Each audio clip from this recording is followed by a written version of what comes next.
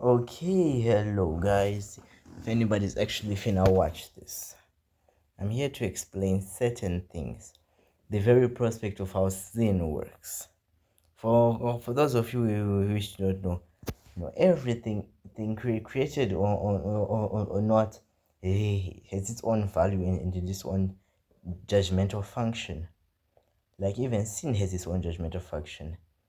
By all forms of good being closer, bringing you closer to actually God, whilst all forms of bad pushing you away from Him. So sin as a factor is basically how you actually relate to God. Make sense? So basically, let's just say this. So you already know all of the false ones, right? Like all of the Egyptian gods, the Hindu ones, and actually all of those other ones, right? I hope no Indian had that. Anyway, you actually already know how they are all false and actually tales, right? Now let's just say that let's go to somebody like Thor. He's a murderer. He is also an adulterist, and his followers do the exact same thing. They are murderers and actually adulterers, because it isn't a sin if the one that created you does it, meaning that you are allowed to actually do it if you're supposed to act in a way like them. So the very prospect of sin is actually the God that's real, Jesus. So basically, since Jesus never sinned a single day in his life, the exact way that he acted is what defines what sin is. It's not what you act like, it's what he acts like. Like how Allah contradicts Jesus in actually a couple of different ways, meaning that they're a completely different person, meaning that Allah is false. Yeah, attack me, Islam. I don't care. I already do not care what happened to me. I might just spread the truth, spread the holy name. And anyway, there are two different people, two different characters, just completely two unrelated. Allah and Jesus, Allah and Yahweh, Allah and Jehovah, Allah and Jehovah Rapha. God has as many titles and many names, so yes, Allah and Yahweh are two different characters. So basically, and by characters I mean two different personas, two completely unrelated people in every single situation. And for those which will say, but they are fictional characters. Jesus had a real life record, and somebody who is literally clarified that he was crucified, and literal ancient Roman wrote it down. So now where's that evidence pointing at? Hmm? What's that evidence pointing at? People witness his miracles. They talked about them. So you have no right to actually say anything.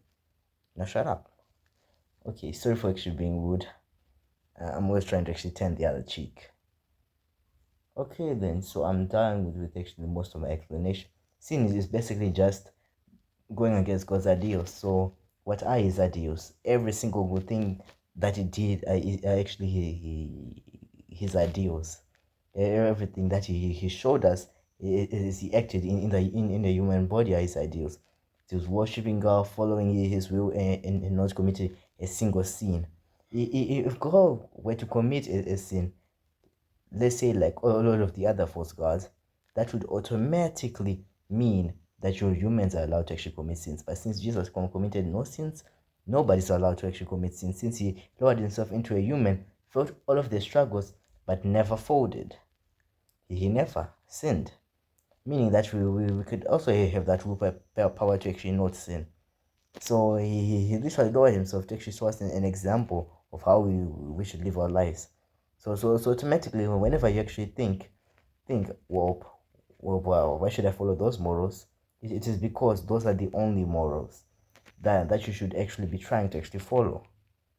Because the actual God literally lowered himself to actually do that. Let's say there's a king, right?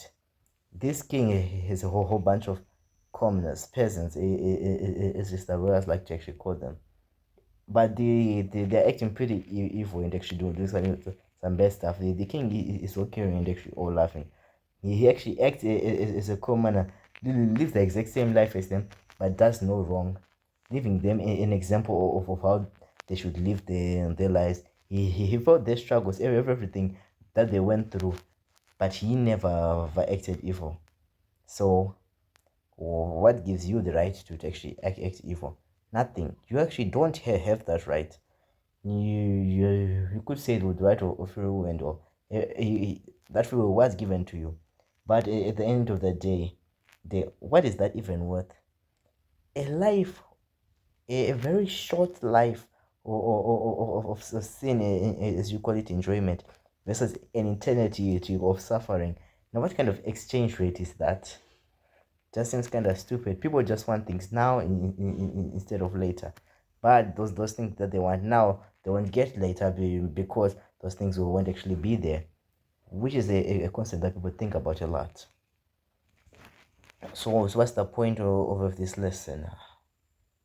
Very simply, sin is only defined by the very God that you're following, whether it's false like Allah or it's actually true like Yahweh.